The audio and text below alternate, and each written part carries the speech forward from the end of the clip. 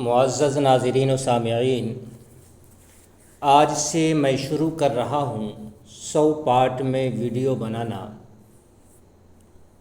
Video का नाम है हमारे पूर्वजों ने, हमारे आबाओ अजदाद ने, बाप दादाओं ने हिंदू धर्म क्यों छोड़ा था। वीडियो तो बनाऊंगा इनकी कानूनी किताबों से, जिसे ये लोग वैदिक संविधान कहते हैं, पर आज चूँकि कृष्ण जन्माष्टमी है तो बात यहीं से करूँगा, ताकि पता चल जाए कि अवतार का मकसद क्या होता है। ब्राह्मणों ने लोगों के सामने ये नज़रिया क्यों लाया, क्या ज़रूरत थी। कृष्ण के बारे में ये बात आती है कि ये विष्णु के अवतार थे और यादव कुल में जन्म हुआ था, इसलिए इसकी जन्माष्टमी को, जन्मदिन को यादव गवाला लोग ज़्यादा जोश खरोश के साथ मनाते हैं। मुझे इस पर बात नहीं करनी है कि कृष्ण कौन था, नहीं था, क्या था।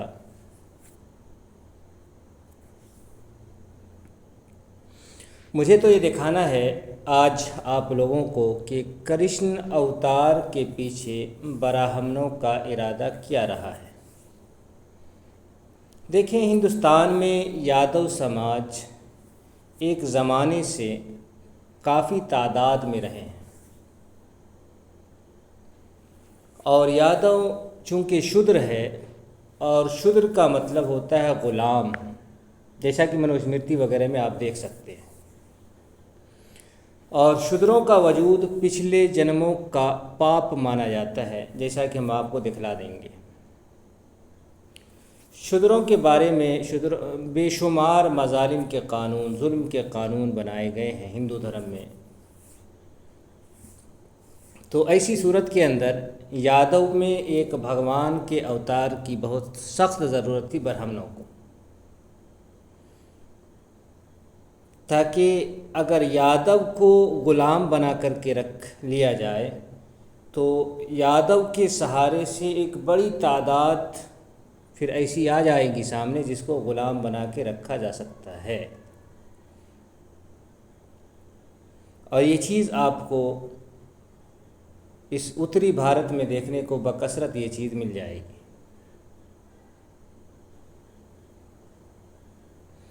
तो ये ब्राह्मणों का, कृष्ण अवतार के पीछे ब्राह्मणों का ये मकसद था।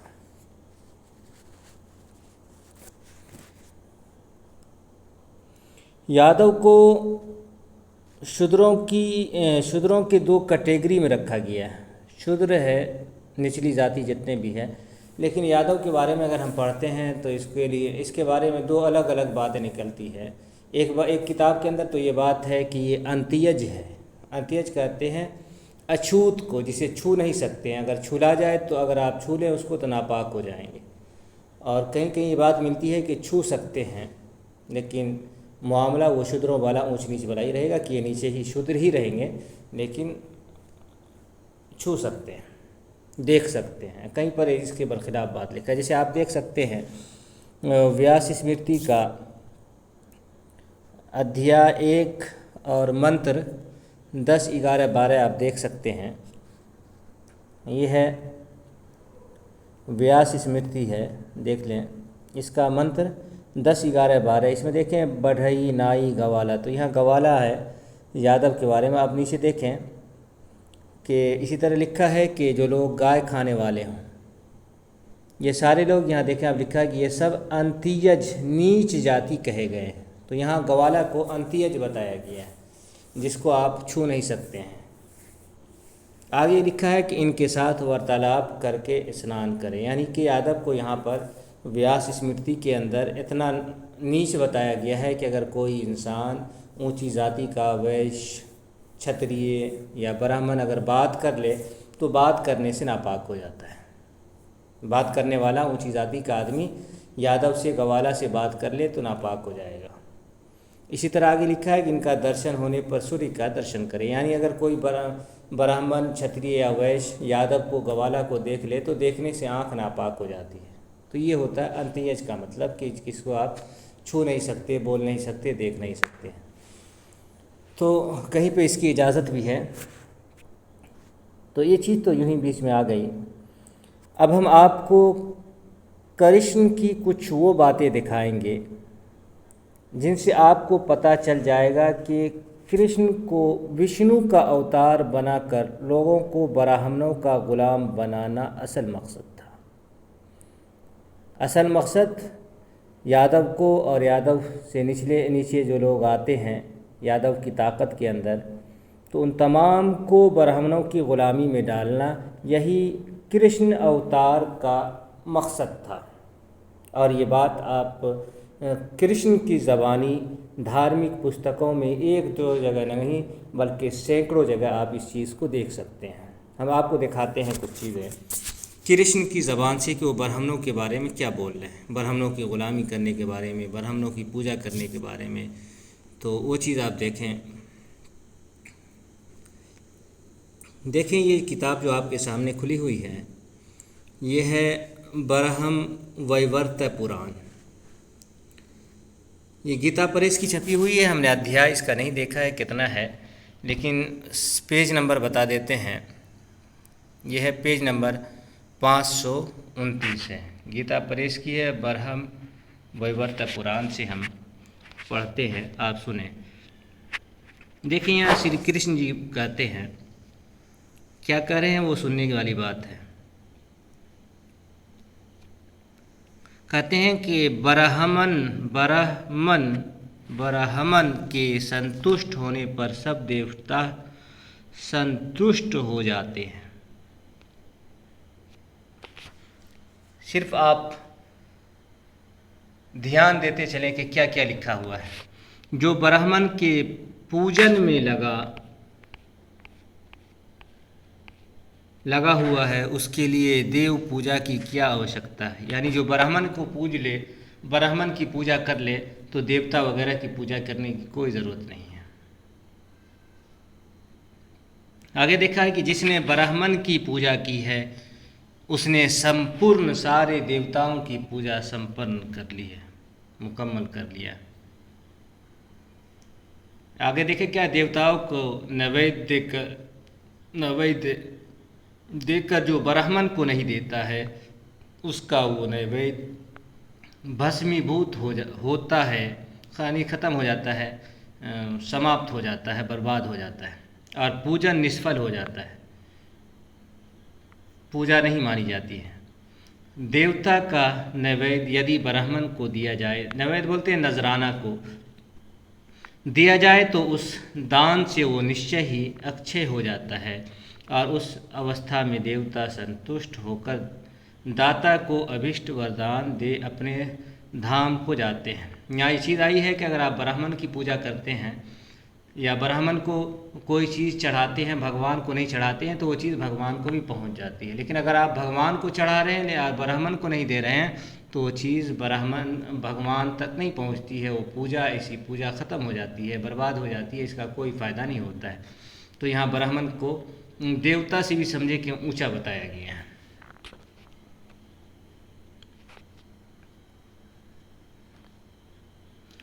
हाँ, जो मुड कहते हैं बुड़बक, देवता को नैवेद्य अर्पित करके ब्राह्मण के दिए बिना स्वयं खा लेता है, वो दत्तापहारी यानी देकर छीनने वाला है और देवता की वस्तु खाकर नरक में पड़ता है। जो भगवान विष्णु को अर्पित न किया गया वो अन्न विष्ठा के समान ही कर। आगे लिखा है,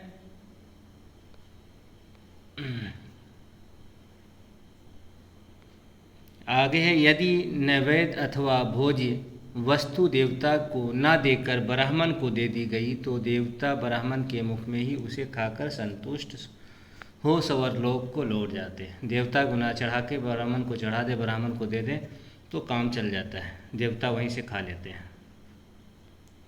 कहते हैं आगे कृष्ण भगवान पिता से कि पिताजी आप सारी शक्ति लगाकर ब्राह्मणों का पूजन कीजिए, क्योंकि वे इहलोक और परलोक में भी उत्तम फल को देता है। ब्राह्मण की पूजा, जो श्री हरि की आराधना करने वाले ब्राह्मण हैं वे उन्हें प्राणों से भी अधिक प्रिय है। हरि भक्त ब्राह्मणों का प्रभाव श्रुति में दुर्लभ है। उनके चरण कमलों की धूलि से, आप देखिए यहाँ क्या लिखा है ब्राह्मण के बारे में कि उनके चरण कमलों की धूलि से पृथ्वी तत्काल पवित्र हो जाती है। ब्राह्मण के पांव का जो धूल गिरता है ज़मीन पर तो ज़मीन पाक हो जाती है। देखिए उनका जो चरण चिन्ह है उसी को तीर्थ कहा गया है। ब्राह्मण के पांव के निशान को बहुत बड़ी इबादत में शामिल किया। उनके स्पर्श मात्र से तीर्थों का पाप नष्ट हो जाता है। उनके आलिंगन, श्रेष्ठ वार्तालाप, दर्शन और स्पर्श से भी मनुष्य समस्त पापों से छुटकारा पा जाता है। ब्राह्मण के बारे में है कि ब्राह्मण को छू लेने से, कोई पापी छू ले, बात कर ले, खुशी खुशी दर्शन हो जाए ब्राह्मण का, तो इससे सारे पाप मनुष्य के ख़त्म हो जाते हैं। ये कौन कह रहा है? कृष्ण भगवान कह रहे हैं। कृष्ण भगवान बता रहे हैं।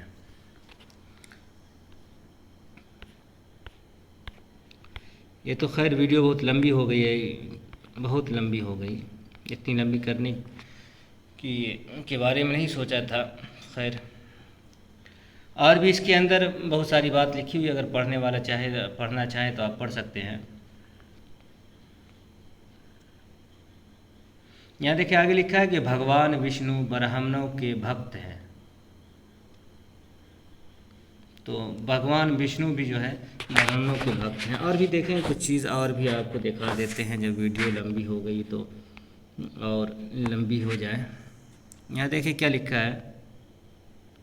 यहाँ देखिए कि शूद्र जाति से संबंध रखने वाला ब्राह्मण ये जो है को देखने से भी पाप होता है।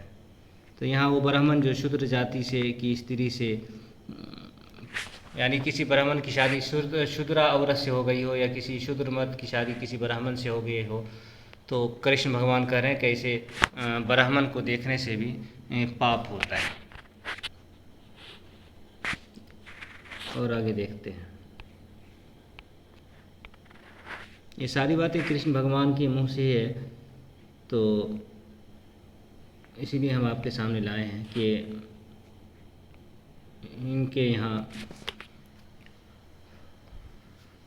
देखिए आगे क्या लिखा है कि यहाँ लिखा है कि ब्राह्मणों की पूजा करना शूद्र का धर्म कहा गया है। ऊपर ब्राह्मण, क्षत्रिय, वैश्य का धर्म बताया है, उसके बाद नीचे जो बताया है वो ब्राह्मण शूद्र के बारे में, शूद्र का धर्म क्या है। तो कृष्ण भगवान यहाँ भी कह रहे हैं कि शूद्र का धर्म यही है कि वो ब्राह्मणों की पूजा करें। तो ये होता है अवतार का मतलब। और कृष्ण को यादव में कुल में अवतार जो ब्राह्मण देख कर के लाए हैं, तो उसके पीछे का राज यही है। उसके बाद आप देखें, वैसे तो ये चीज़ें भरी पड़ी हैं। अगर आप इसमें देखें, यहाँ पर अगर पेज नंबर कितना है दिखा देते हैं, 698 यानी 700 के आसपास पेज अगर आप पढ़ें तो इसमें देखें बहुत लंबी बहस आई है, जिसमें कृष्ण जी बताते हैं कि कौन पाप इंसान करेगा तो कितने वर्षों तक वो शूद्र योनि में जन्म लेगा। तो यहाँ यही बात आई है। देखिए बहुत मतलब 50 जगहों पर ये बात आई। देखिए शूद्र जाति में जन्म लेता है, उसके बाद 100 वर्षों तक शूद्र होता है। तो कृष्ण जी ये बता रहे हैं कि जो इंसान पाप करता है तो उस पाप का फल भोगने के लिए वो शूद्र योनि में जन्म लेता है, चाहे वो यादव में जन्म ले। यादव के बारे में एक किताब और है, श्री देवी भागवत महापुराण के अंदर ये बात आई है कि जो इंसान चोरी करता है तो वो 7 जन्मों तक यादव में पैदा होता है। तो यहाँ 50 जगहों पर कृष्ण भगवान यही बता रहे हैं कि शूद्र का जन्म या मलेच्छ है, शूद्र है, जितनी भी नीची जाति के लोग हैं वो पिछले जन्म के पाप की वजह से शूद्र जाति में जन्म लिए हैं।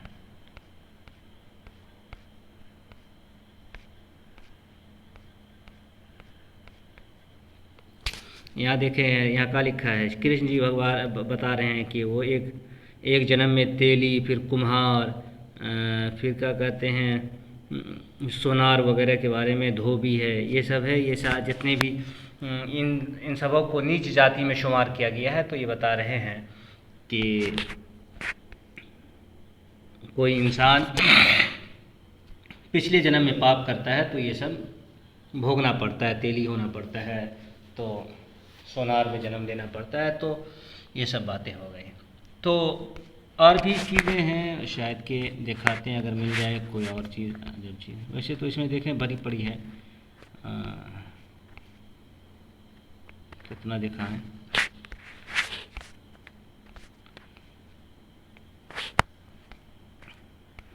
इसको रहने देते हैं। अब एक चीज़ और, आपको एक कहानी दिखाते हैं, कृष्ण भगवान और दुर्वासा ऋषि की कहानी।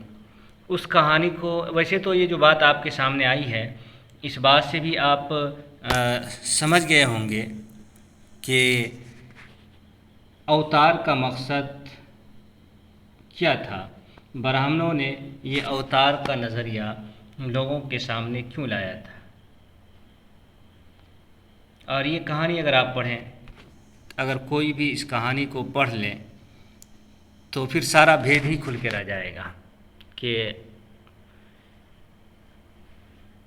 अवतार का मकसद ही ग़ुलाम बनाना, ग़ुलामी की दावत देना, और एक चेहरा सामने रखना, और एक कहानी लोगों के सामने रख देना कि देखो कृष्ण भगवान आए थे तुम में, तो वो इस तरह से करके गए हैं, इसलिए तुम उसको पकड़े रहो और ब्राह्मणों की ग़ुलामी करते रहो। देखिए, ये कहानी हम सुना करके आप अपनी बात ख़त्म कर देंगे और आप ख़ुद भी समझ लीजिएगा, समझ जाएंगे आप।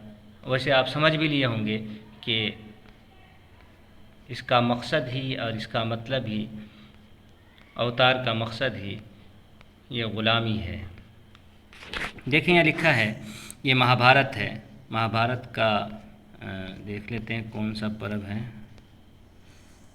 महाभारत अनुशासन पर्व के अंदर ये चीज़ लिखी हुई है। यह है दुर्वासा ऋषि और श्री कृष्ण जी और रानी रुक्मिणी जी का वृत्तांत। यहाँ लिखा है कि राजा युधिष्ठिर ने, ये कहानी है, सुन लें, कि राजा युधिष्ठिर ने श्री कृष्ण जी से कहा कि मधुसूदन जी, आप ब्राह्मणों की महिमा खूब जानते हैं। मैंने सुना है कि आपने दुर्वासा से जैसे करोधी ऋषि को अपनी सेवा से प्रसन्न करके वर पाए हैं। श्री कृष्ण जी ने हंसकर कहा कि हे युधिष्ठिर, ये बात सत्य है, ब्राह्मण जगत के उपकारी होते चले आए हैं, ब्राह्मण जगत के, दुनिया के उपकारी, इसी कारण मैं भी उनसे प्रसन्न हूँ। एक समय दुर्वासा जी द्वारका में आए, सबको भय हुआ, डर हुआ, इनको घर में कौन उतारे। थोड़े से अपराध पर वो शराब देते हैं। अग्नि रूप ब्राह्मण से सब भयभीत हुए। मैंने अपने निजी महल में उनको उतारा, उनके लिए बहुत अच्छा पलंग बिस्तर समेत जो राजाओं के योग था बिछवाया। थोड़ी देर पीछे उस अग्नि रूप ऋषि ने अपनी दृष्टि से उसको भस्म कर दिया और आप गुप्त हो गए। फिर थोड़ी देर पीछे प्रकट हुए। मैंने उनका सत्कार किया और जिस तरह उन्होंने कहा वही किया। एक समय उन्होंने भोजन के लिए खीर बनवाई और आप खाई, और जो बाकी रही उसके लिए मुझसे कहा कि अपने सब अंग के ऊपर मलो। मैंने मुस्कुराकर वैसा ही किया।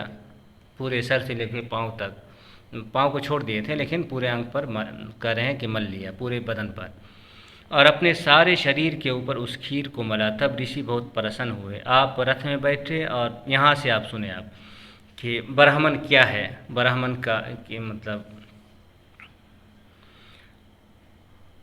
देखिए लिखा है कि आप रथ में बैठे, वो ऋषि रथ में बैठे और पट रानी रुक्मिणी जी से कहा तुम हमारा रथ खींचो। ये कृष्ण जी की पत्नी है, बीवी है और रानी है। 16,008 रानियों में सबसे अहमियत वाली रानी है।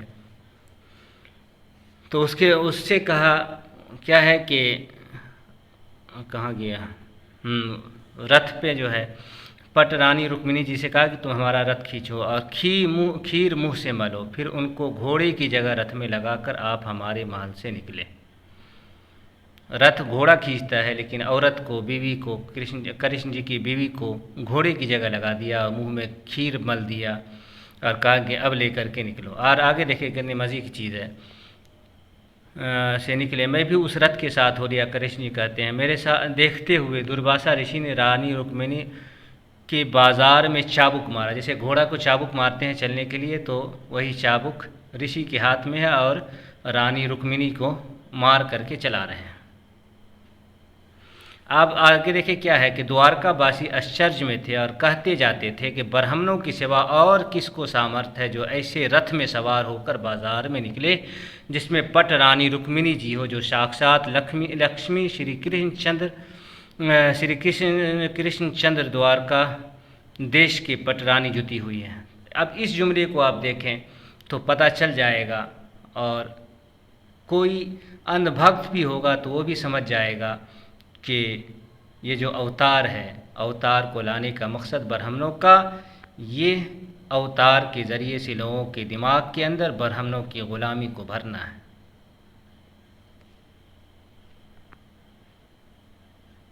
कि रानी को, राजा तो दूर की बात, एक ब्राह्मण एक रानी को घोड़े की जगह रानी को रथ में जोत रहा है और साथ में चाबुक भी मार रहा है, और रानी भी कोई नहीं, कृष्ण भगवान की बीवी। यह है ब्राह्मणों की ताकत।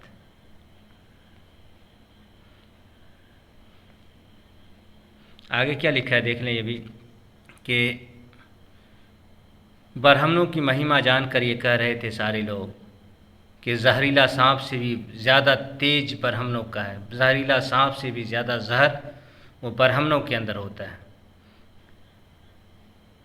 ब्राह्मणों के काटे हुए का, सांप के काटे हुए का तो इलाज है, लेकिन ब्राह्मणों के काटे हुए का कोई इलाज नहीं। ये कहानी और लंबी है, आप देख लें महाभारत के अंदर।